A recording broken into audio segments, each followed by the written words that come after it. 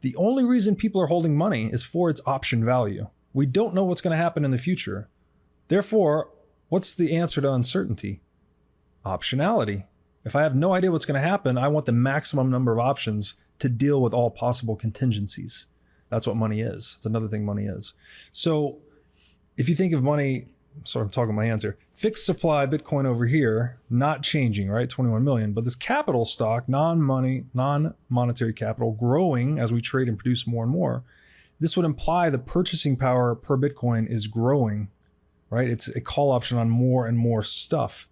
This amount of stuff is limited by us. How much can we innovate? How much can we create?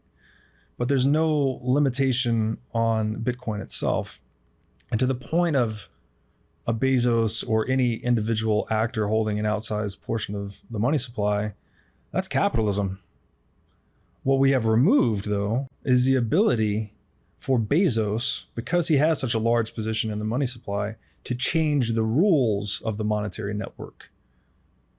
Right? And that's what the Fed has effectively done. It's like, we hold all the gold. We're going to make the rules. Bretton Woods, 1944. We're going to award ourselves this perpetual free lunch on the productive economy for the right of monopolizing money, which sounds asinine because it is.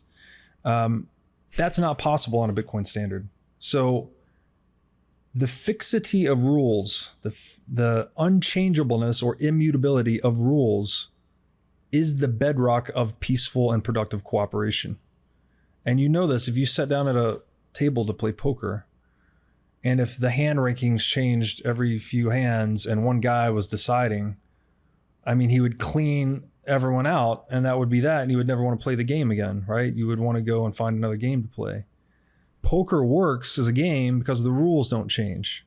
We can formulate strategies and compete with one another in a productive way. But if you want to drive people insane and really create a lot of conflict, just try changing the rules of the game every few hands. Now, this applies to any game, especially money. That's what inflation's doing, right? Nobody knows the rules of the US dollar. How many are in circulation? How many will be in circulation? Who's profiting? We don't even know exactly who the shareholders of the Fed are. What's their dividend? What are their criteria for deciding how many dollars to produce? Who's getting it first?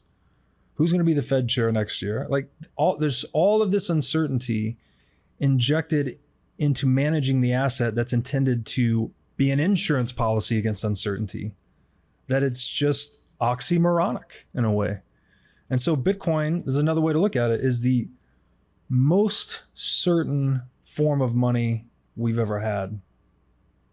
And if money is an insurance policy for dealing with uncertainty, you would want maximal credibility in the properties of money to deal with that uncertainty. And that is Bitcoin. And that's why it's like people think you can ignore it or avoid it, or I don't want to hear about it. But it's like, if you prefer wealth to poverty, and if you depend on the marketplace for wealth, which is the only generator of wealth, then you have to pay attention to Bitcoin because it's monetizing.